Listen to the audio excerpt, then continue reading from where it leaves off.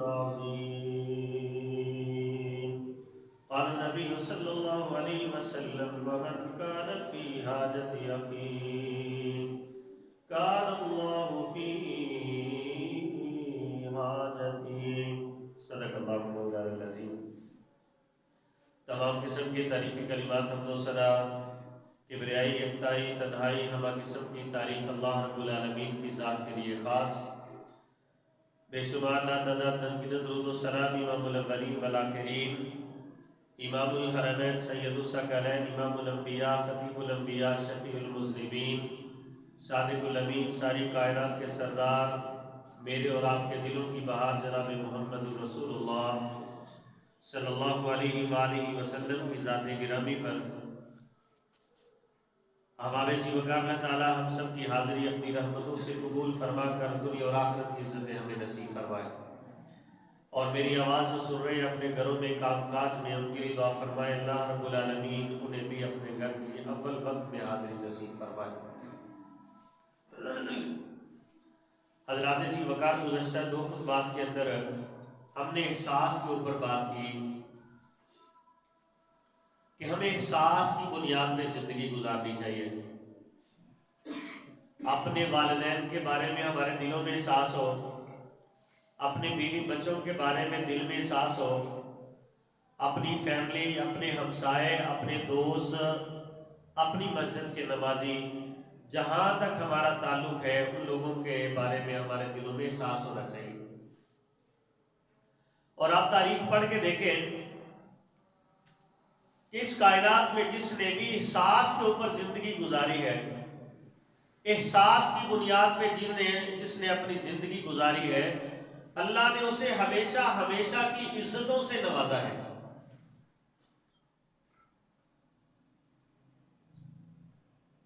حضرت لقمان علیہ السلام، حضرت لقمان علیہ الرحمہ، اللہ ان کی آخری آرام گاہ پہ کروڑوں رحمتیں نازل فرمائے. آپ دیکھیں وہ نبی نہیں ہے، وہ دیکھیں آپ رسول بھی نہیں ہے، وہ پیغمبر بھی نہیں ہے، اور اس کا حسب نسب دیکھیں تو کوئی پتہ ہی نہیں ہے. لیکن صرف اتنا پتہ ہے کہ وہ کالے رنگ کے آدمی تھے، سیاہ رنگ کے بندے تھے، بکریاں چراتے تھے، پہاڑ کے دامن میں وہ زندگی گزار رہے تھے. لیکن ایک دن بیٹھے بیٹھے اس کے دل میں احساس پیدا ہوا، اور احساس کی بنیاد پہ انہوں نے اپنے بیٹے کو اپنے پاس بلایا. اس سے پہلے حضرت لقمان کو کوئی بھی نہیں جانتا. حضرت لقمان کون ہے، اس کی عزت کیا ہے، اس کا وقار کیا ہے، اس کی بیک گراؤنڈ کوئی بھی نہیں جانتا. لیکن جس دن ان کے دل میں احساس پیدا ہوا اور اپنے بیٹے کو صرف بلایا ہے اور بیٹے کے سامنے چند ایک باتیں رکھی اور کہا میرے بیٹے یہ چند ایک گناہ ہے، اگر اس گناہ کے اوپر آپ زندگی گزاریں گے، ان گناہوں کو اپنی زندگی میں شامل کریں گے تو دنیا میں بھی آپ کو خسارہ ہے اور آخرت میں بھی خسارہ ہے. دنیا میں بھی نقصان ہے اور آخرت میں بھی نقصان ہوگا. اور بیٹا اگر آپ ان گناہوں سے بچ کر زندگی گزارتے ہیں تو آپ کی زندگی بھی خوبصورت دنیا کی ہو جائے گی اور آخرت کی زندگی بھی خوبصورت ہو جائے گی. آپ دنیا کے نقصان سے بھی بچ جائیں گے اور آخرت کے نقصان سے بھی بچ جائیں گے. چند ایک باتیں احساس کی بنیاد پہ صرف اپنے بیٹے سے کہی. اللہ رب العالمین نے حضرت لقمان علیہ السلام کو ایسی عزت عطا کی، ایسا وقار عطا کیا کہ رہتی دنیا تک اللہ نے حضرت لقمان علیہ الرحمن کا نام قرآن کے اندر زندہ کر دیا. اور آج ہم قرآن کریم کھولتے ہیں تو حضرت لقمان علیہ السلام ان کی ہم قرآن میں جب کھولتے ہیں تو اللہ نے ان کے نام کی ایک سورت پوری قرآن کے اندر نازل کر دی. ایک سورت ہے جس کا نام ہی لقمان رکھا ہے، اور ان کا نام لینے سے ایک بندے کو 50 نیکیاں ملتی ہیں. احساس کیا ہے کہ یا بنی لا تشرک باللہ، اے میرے بچے اس دنیا میں اللہ کی ذات کے ساتھ شرک نہیں کرنا، اس کی صفات کے ساتھ، اس کے کمالات کے ساتھ، اس کے اختیارات کے ساتھ. کل کائنات کا مالک اللہ ہے، خالق اللہ ہے، رازق اللہ ہے، داتا اللہ ہے، مشکل کشا اللہ ہے، لجپال اللہ ہے، حاجت روا اللہ ہے، مشکل کشا اللہ ہے. بیٹا زندگی میں کسی چیز کی ضرورت پڑے تو سب سے پہلے کس کو پکارنا ہے؟ اللہ کی. بیٹا آپ نے عبادت کرنی ہے، مالی کولی فیلی بدری کسی قسم کی عبادت آپ نے کرنی ہے تو کس کی کرنی ہے؟ اللہ کی. اور بیٹے آپ نے دنیا میں اکڑ کے نہیں چلنا، تکبر نہیں کرنا، غرور نہیں کرنا، عاجزی کے ساتھ زندگی گزارنی ہے. زمین پہ جب چلنا ہے تو پاؤں پھیلا پھیلا کے نہیں چلنا، بلکہ اپنے پاؤں کو سکیڑ کے چلنا ہے، عاجزی کے ساتھ چلنا ہے، نرمی کے ساتھ چلنا ہے. بیٹا سچ بولنا ہے، آپ نے سچائی کے اوپر زندگی گزارنی ہے، جھوٹ نہیں بولنا، برے دوست نہیں بنانے، اچھے دوستوں کے ساتھ زندگی گزارنی ہے. یہ چند باتیں اپنے بیٹے کو بیان کر رہے ہیں اور احساس کی بنیاد پہ کر رہے ہیں. اللہ نے حضرت لقمان علیہ الرحمہ کا نام ہمیشہ کے لیے اصلاح کر رہے ہیں. تو میرے محترم عزیز بھائی، آج ہمیں اسی احساس کی ضرورت ہے کہ سب سے پہلے ہم اپنی فیملی کا احساس کریں، اپنے بچوں کا احساس کریں، اپنی بیٹیوں کا احساس کریں، اپنے بیٹوں کا احساس کریں، اور یقین کریں کہ آج ہمارے بچے، نوجوان نسل بے راہ روی کا شکار ہو گئی ہے. بد زبانی، بد اخلاقی ہمارے بچوں میں شامل ہے. ہمارے بچوں کو آج پتہ نہیں کہ یہ بڑا کون ہے اور بڑے کی عزت کیسے کرنی ہے، چھوٹا کون ہے، چھوٹے سے شفقت کیسے کرنی ہے، دین کیا ہے، اسلام کیا ہے، رب کا قرآن کیا ہے، نماز کیا ہے، شریعت اسلامیہ کیا ہے، محمد صلی اللہ علیہ وسلم کی زندگی کیا ہے، ماں باپ کا ادب و احترام کیسے کرنا ہے، ہم نے کون کون سے وقت مسجد میں جانا ہے، کس وقت ہم نے قرآن کو پڑھنا ہے اور کس وقت ہم نے اللہ کو پکارنا ہے، یہ ہمارے بچوں کو پتہ بے راروی کا شکار. تو سب سے پہلے ہمیں احساس کی ضرورت ہے کہ ہم اپنے بچوں کا احساس کریں. حضرت لقمان علیہ السلام نے اپنے بچے کا احساس کیا اور اسے دنیا اور آخرت کے خسارے سامنے رکھے کہ بیٹا یہ کام کرنے سے دنیا بھی خسارہ ہے اور آخرت میں بھی خسارہ ہے. اور میرے بچے اگر دنیا میں یہ گناہ کرو گے تو دنیا بھی تباہ ہو جائے گی اور آخرت بھی تباہ ہو جائے گی. اگر میرے بیٹے ان گناہوں سے بچو گے تو دنیا بھی سونی ہو جائے گی اور اللہ تمہاری آخرت بھی خوبصورت کرے گا. تو سب سے پہلے بحیثیت مسلمان ہمیں اپنے بچوں کے بارے میں احساس پیدا کرنا ہے کہ ہمارا بیٹا دنیا کے نقصان سے بھی بچے اور آخرت کے نقصان سے بھی بچے. ہماری اولاد دنیا میں بھی خسارے سے بچے اور آخرت میں بھی خسارے سے بچے. یقین مانے، میں نے پچھلے جمعے بھی یہ بات کی تھی، ہم باہر کہیں پہ کھڑے ہو، بیٹھے ہو، ہمارے سامنے سے موٹر سائیکل پہ گزرے اور اس کا سٹینڈ نیچے ہو تو ہمارے دل میں احساس پیدا ہوتا ہے. ہم اسے آوازیں دیتے ہیں، دور تک آواز دیتے ہیں کہ بھائی تیرا سٹینڈ نیچے ہے، اس کو اوپر کرو. کیوں دیتے ہیں آواز؟ ہو سکتا ہے اس سٹینڈ کی وجہ سے وہ گر جائے اور اس کو نقصان ہو. تو ہمارے اپنے بچے نقصان کی طرف مسلسل جا رہے ہیں، مسلسل نقصان کی طرف، دین کا نقصان کر رہے ہیں، ایمان کا نقصان کر رہے ہیں، دنیاوی نقصان ہو رہا ہے، آخرت کا نقصان ہو رہا ہے اور ہم خاموشی کے ساتھ سب کچھ دیکھ رہے ہیں. اس کا مطلب ہے ہمارے دلوں میں احساس نہیں. سب سے پہلے بچوں کو سمجھانے کی کوشش کریں اور ساتھ ساتھ اللہ سے دعا بھی کریں.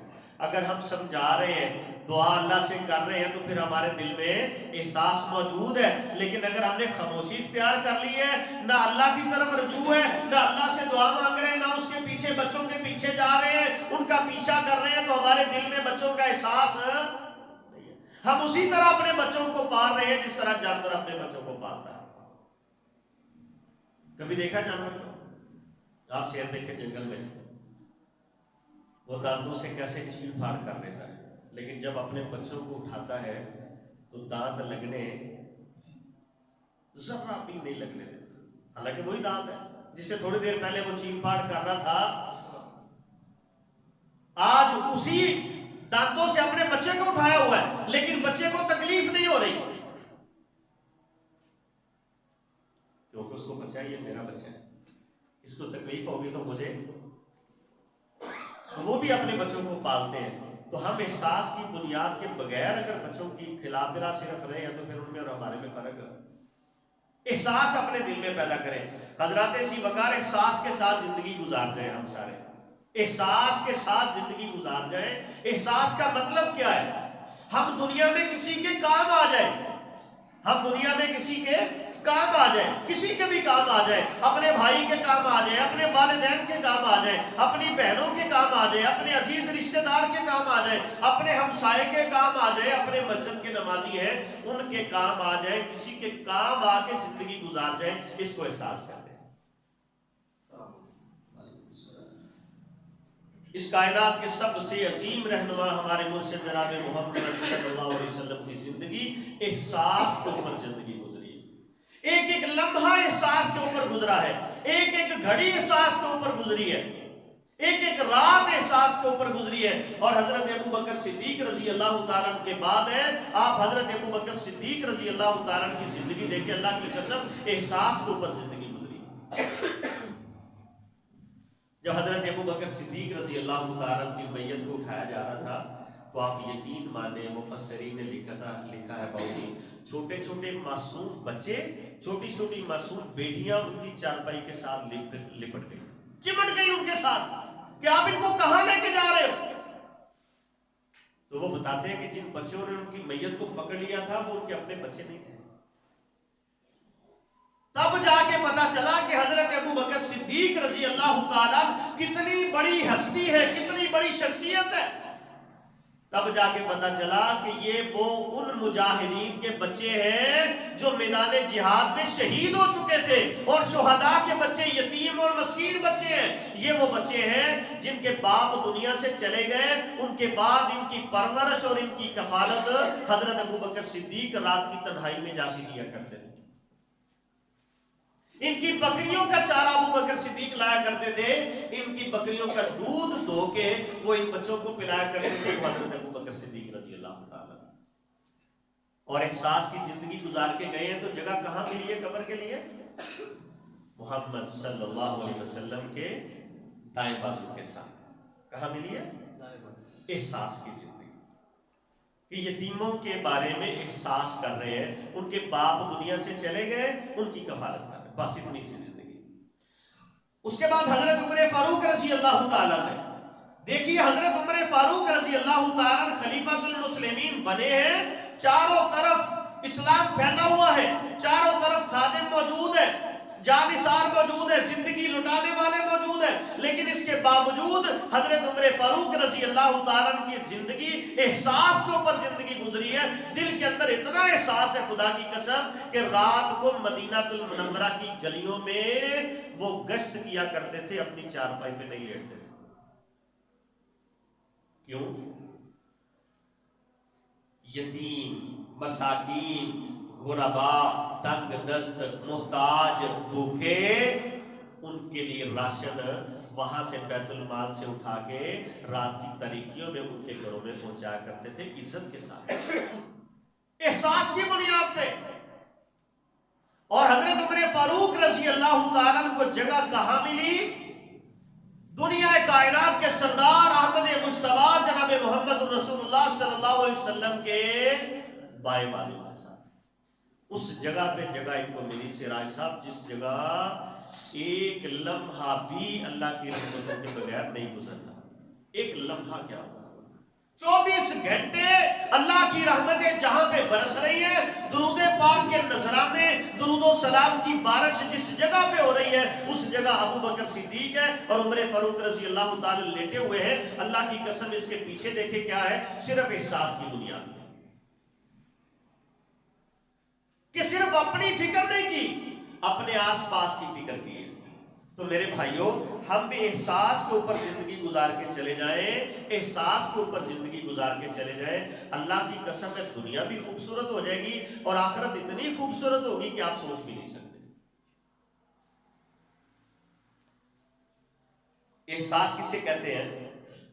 حضرت عمر بن خطاب سب کہو رضی اللہ تعالیٰ، یہ تربیتی مجلس ہے، ہماری تربیت ہو رہی ہے۔ حضرت عمر بن خطاب رضی اللہ تعالیٰ کے بیٹے حضرت عبداللہ بن عمر سب کہو رضی اللہ تعالیٰ، یاد رہے گا نام؟ حضرت عبداللہ بن عمر ابھی جوان ہوئے، نئے جوان ہوئے تو باپ نے، حضرت عمر نے ایک بہترین اونٹ اپنے بیٹے کو دے دیا کہ بیٹا یہ اونٹ آپ کے لیے ہے، آپ اس پہ اوپر سواری کیا کرو۔ بہترین اونٹ دیا۔ اور آج وہ نوجوان تھے، گرم خون ہے، جو شیلا خون ہے، آج ہم اپنے بچوں کو 1 to 5 دے دیں تو کیا کرے گا؟ توڑا نہیں بٹھا دے گا. 105 چھوڑ کے باؤ جی آپ صرف 70 دے دے, اندر ٹائر اس زمین تے وہ سڑک تے لگن نہیں دیتا نسان ہے. اور 105 دے دے تو کیا کرے گا؟ تیز چلائے گا, 1 ملین بھی کرے گا. تو حضرت عبداللہ بن عمر رضی اللہ تعالیٰ فرماتے میں جوان تھا, میرا خون ہے, میرا اونٹ بھی بہترین, اور میں نے ایڑی مارتا تو وہ جناب سمر ہو جاتا سپیڈ و سپیڈ. ایک مرتبہ ہم قافلے میں تھے تو میرا اونٹ نبی پاک صلی اللہ علیہ وسلم سے آگے بڑھا, تو میرے ابا جی نے گرجدار آواز کے ساتھ پکارا, عبداللہ ادھر رک جا, آگے نہیں جا. میں رک گیا اور مجھے کہا کہ بیٹے سب سینٹ پہ اپنا اونٹ لے جا. یا تو نبی پاک صلی اللہ علیہ وسلم سے آگے گزر گیا, ایک قدم تھا, ایک احترام تھا. اچھا وہ موقع نکل گیا, پھر ایک وقت آیا, کہتے ہیں دوبارہ ایک وقت ایسا موقع آیا چند دنوں کے بعد ہی کہ ہم پھر نبی پاک صلی اللہ علیہ وسلم کے ساتھ جا رہے ہیں, تو میں نے پھر ایڑی ماری, وہی گرم خون والی بات لگی, یار انہوں نے ساؤ ذرا دوڑاؤ تو صحیح تیزیاں دیکھو. تو میرا اونٹ نبی پاک صلی اللہ علیہ وسلم سے آگے گزرا, تو میرے ابا جی نے اسی طرح آواز دی کہ بیٹے عبداللہ ٹھہر جا, ادھر آگے نہیں بڑھنا. کہتے میں رک گیا, دل میں بڑا احساس ہوا کہ یار ابا جی کی جی اونٹ دے ہی دیتا ہے تو چلانا بھی نہیں دیتے. یہی ہوتا ہے نا کہ ابا جی نے اونٹ دے ہی دیا ہے تو چلانے بھی نہیں دیتے. تو نبی پاک صلی اللہ علیہ وسلم کے بارے میں عبداللہ بن عمر فرماتے ہیں آپ نے قافلہ روکا اور میرے ابا جی سے مخاطب ہوئے, عمر یار آپ اونٹ بیچنا چاہتے ہیں؟ یہ محبوب آپ حکم کریں میں بیچ دیتا ہوں. تو نبی پاک صلی اللہ علیہ وسلم نے فرمایا عبداللہ عمر یہ اونٹ مجھے آپ قیمتاً دے دو. کہ سبحان اللہ, یہ آپ اونٹ مجھے دے دیں. تو حضرت عمر کہتے ہیں محبوب مائی باپ قربان, ہماری زندگی ہی آپ کے لیے, تو یہ مال متا بھی آپ, ہم آپ کے لیے ہیں تو ہمارا مال و متال بھی آپ کا ہے, آپ کو قیمتاً اونٹ دوں. آپ نے فرمایا میں قیمتاً لینا چاہتا ہوں, اس کی قیمت بتاؤ. آپ نے اسی موقع پہ اونٹ کی قیمت ادا کی اور اونٹ کی نکیل اپنے ہاتھ میں لی اور عبداللہ بن عمر کو بلایا جو حضرت عمر کے بیٹے ہیں, اور کہا میرے بیٹے عبداللہ یہ اونٹ آپ پکڑو, آج کے بعد یہ میری طرف سے آپ کو گفٹ ہے, آپ جیسے اس کو دوڑانا چاہتے ہیں دوڑا دیں, آپ کی مرضی. اس کو بگانا چاہتے ہیں بگائیں, دوڑانا چاہتے ہیں دوڑائیں, سواری کرنا چاہتے ہیں کریں, آج کے بعد یہ میری طرف سے آپ کو گفٹ ہے. احساس کی بنیاد پہ نبی پاک صلی اللہ علیہ وسلم نے زندگی گزاری ہے کہ باپ اپنے بچے کو بار بار منع کر رہا ہے, اور نبی پاک صلی اللہ علیہ وسلم نے وہیں اونٹ خریدا اور آنکھوں کے سامنے حضرت عمر کے بیٹے کو تحفہ دے دیا اور کہا بیٹا اپنی مرضی سے اس کو چلاؤ. تو میرے بھائیوں احساس کی زندگی گزار جائے, خدا کی قسم ہمیشہ اللہ نام روشن کرتے ہیں. آپ تاریخ پڑھ کے دیکھیں, جس بندے نے احساس کی بنیاد پہ زندگی گزاری ہے اللہ نے روزے روشن کی طرح اس کا نام روشن کر دیا ہے. اتنا خدا کی قسم آسمان کا چاند بھی روشن نہیں ہے, سورج بھی روشن نہیں ہے جتنا اللہ نے اس بندے کا نام روشن کیا ہے جس نے احساس کی بنیاد پہ زندگی گزاری ہے. احساس کیا ہے کہ میں کسی کے کام آ جاؤں, احساس کیا ہے کہ میری ہاتھ سے میری زبان سے کسی کو تکلیف نہ ہو. نبی پاک صلی اللہ علیہ وسلم نے جو معاشرہ قائم کیا نا میرے محترم بھائیوں, خدا کی قسم وہ بڑا خوبصورت معاشرہ تھا, اور محبت کے اوپر قائم کیا, پیار کے اوپر قائم کیا ہے, احساس کے اوپر قائم کیا ہے. نبی پاک صلی اللہ علیہ وسلم نے چندے کا اعلان فرمایا کہ میرے سے ابا جہاد کرنا ہے, مال لے کے آؤ. ایک جانثار ہماری طرح ماڑا بندہ تھا, اس کے دل میں خیال آیا کہ یار مانگا نبی پاک صلی اللہ علیہ وسلم نے دینا چاہیے, لیکن میرے پاس تو ہے کوئی نہیں. جذبہ بڑا تھا, ہے کوئی نہیں لیکن جذبہ بڑا ہے. آپ نے زندگی میں بہت مرتبہ سنا یہ واقعہ, آپ سب آپ نے بڑی بار سنا, لیکن دلچسپ کیا ہے کہ یہ نبی پاک صلی اللہ علیہ وسلم نے اعلان کیا ان کے پاس ہے کوئی نہیں, جذبہ بڑا ہے. یہ بیچارے سیدھے اٹھے, کسی تلاش کرتے کرتے محنت مزدوری کہاں مل جائے, ایک یہودی کے پاس پہنچ گئے کہ یار تیرے پاک کو اگر ضرورت ہے تو یار میں حاضر ہوں, مجھے کام کرنا ہے. پوری رات ڈیوٹی کی, پوری رات گوڈی کی, پانی دیا باغ کو, محنت مزدوری کی. خیر 1 کلو جو مزدوری ملی. کتنی؟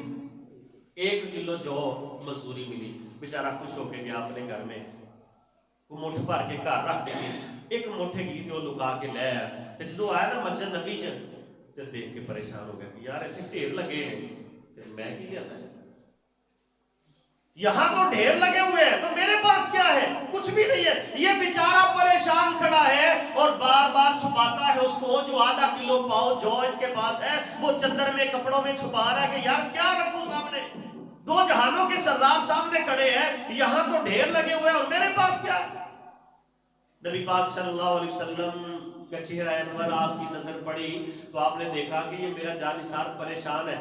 آپ صلی اللہ علیہ وسلم نے اس کو بلایا اور اپنے ہاتھ سے اس کے ہاتھ سے لیا وہ شاپر وہ کپڑا جس میں جو تھے اور آپ نے کہا ابو بکر یہ جو پکڑ اور جتنا سامان مسجد نبی کے سر میں پڑا ہوا ہے جتنا چھٹا مار دے۔ کیا کر رہا ہے؟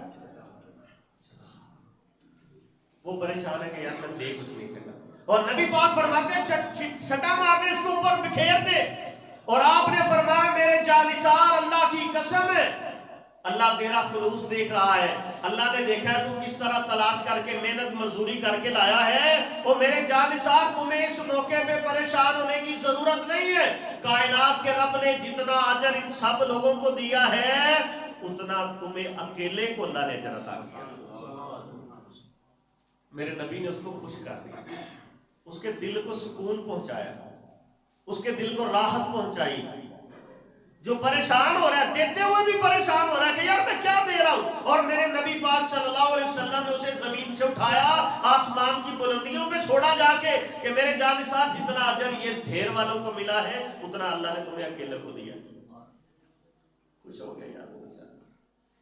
تو زندگی میں ایسے احساس کے ساتھ زندگی گزارے کہ ہماری وجہ سے کسی کو خوشی محسوس ہوگا، ہماری زبان کی وجہ سے ہمارے کردار کی وجہ سے کسی کو خوشی محسوس ہوگی۔ وَيُطْعِمُونَ الطَّعَامَ عَلَىٰ حُبِّهِ مِسْكِينًا وَيَتِيمًا وَأَسِيرًا کہ اللہ کے وہ بندے ہیں خاص جو یتیموں کو کھلا پلا رہے ہیں، مسکینوں کو کھلا رہے ہیں، وہ بیواؤں کی مدد کر رہے ہیں، بھوکے بندے کو کھانا کھلا رہے ہیں، ننگے بندے کو لباس دے رہے ہیں، تنگ دست کو مہلت دے رہے ہیں، یہ اللہ کے بندے ہیں۔ اور اللہ فرماتے ہیں یہ کس لیے کر رہے ہیں؟ چنڈا لان واسطے نہیں، اپنا نام اونچا کرنے واسطے نہیں، واہ واہ کرنے واسطے نہیں۔ اگر کسی یتیم کو کھانا دیتے ہیں لوجہ اللہ، اللہ کے لیے کرتے ہیں، کسی ننگے کو لباس دیتے ہیں لوجہ اللہ، اللہ کے لیے کرتے ہیں، اور کسی کی مدد کرتے ہیں لوجہ اللہ، وہ اللہ کے لیے کرتے ہیں، اپنا نام اونچا کرنے واسطے، اپنی بات اونچی کرنے واسطے اور واہ واہ کرانے واسطے نہیں کہ بڑا بندہ سکتی ہے بولے بولے پاجی بڑا بنڈا پہ نہیں، لوجہ اللہ، صرف اللہ کے لیے۔ اور اللہ تعالیٰ فرماتے ہیں جزاء والا شکورا، میرے وہ خاص اتنے پیارے بندے ہیں جو یتیموں کی مدد کرتے ہیں، مسکینوں کی مدد کرتے ہیں، بیواؤں کے کام آتے ہیں، وہ شکریہ کے لفظ کے بھی طلبگار ہیں۔ وہ یہ بھی نہیں چاہتے کہ ہمارا بندہ آ کے شکریہ ادا کرے، وہ چاہتے نہیں ہیں، اگر وہ کرتے ہیں تو وہ اللہ کے شکر ادا کر رہا ہے۔ حضرت جابر رضی اللہ تعالیٰ کے والد گرامی اب سب فوت ہو گئے۔ حضرت جابر بن عبداللہ سب کو رضی اللہ تعالیٰ، حضرت جابر کے والد عبداللہ فوت ہو گئے تو قرضہ کافی چھوڑ کے چلے گئے۔ دعا کرو اللہ ہمارے قرضے اپنی رحمت سے ادا فرما، دعا پھر کرو یا اللہ ساڈے قرضے اپنی رحمت نال ادا فرما، جڑے برا مشکل جڑے اللہ نبی مشکل آسان فرما۔ جمعے کا ٹائم مختصر ہے، یہ آخری بات ہے۔ حضرت جابر رضی اللہ تعالیٰ بے حد پریشان ہے۔ پریشان کیوں ہے کہ میری بہنیں جوان ہیں اور میرا خیال 7 کے 9 بہنیں تھیں ان کی، تو وہ اکیلے بھائی تھے، پریشان ہے، قرضہ بہت ہے، اور قرضہ لینے والے اکثر یہودی ہیں اور آگے تنگ کرتے ہیں دروازے پہ۔ آپ نے پہلے یہ بہت بار سنا ہے، جو آپ کو بات سنانا چاہ رہا ہوں وہ آپ نے غور کر لی۔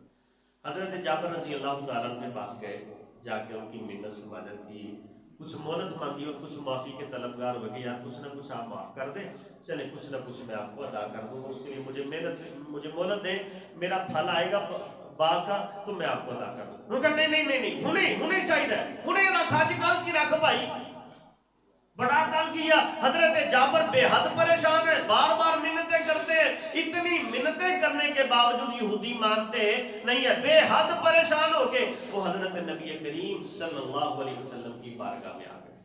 جابر آ کے رو پڑے کہ اللہ کے محبوب صلی اللہ علیہ وسلم میرے ابا جی دنیا سے چلے گئے، آج یہودی تنگ کرتے ہیں، نہ مہلت دیتے ہیں نہ معاف کرتے۔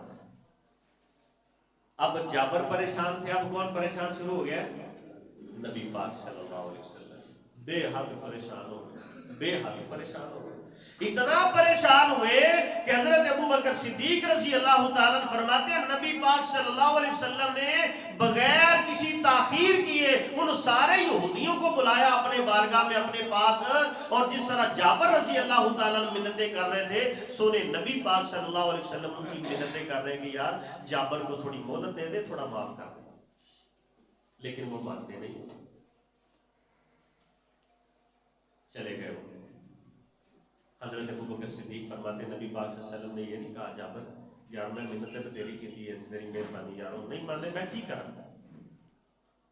حضرت ابو بکر صدیق فرماتے ہیں جابر کے بغیر، احساس کسے کہتے ہیں، جابر کے بغیر نبی پاک صلی اللہ علیہ وسلم مجھے لے کے اور عمر کو لے کے ان یہودیوں کے گھروں میں گئے، جا کے منت کر رہے، وہ نہیں مانتے، واپس آ گئے۔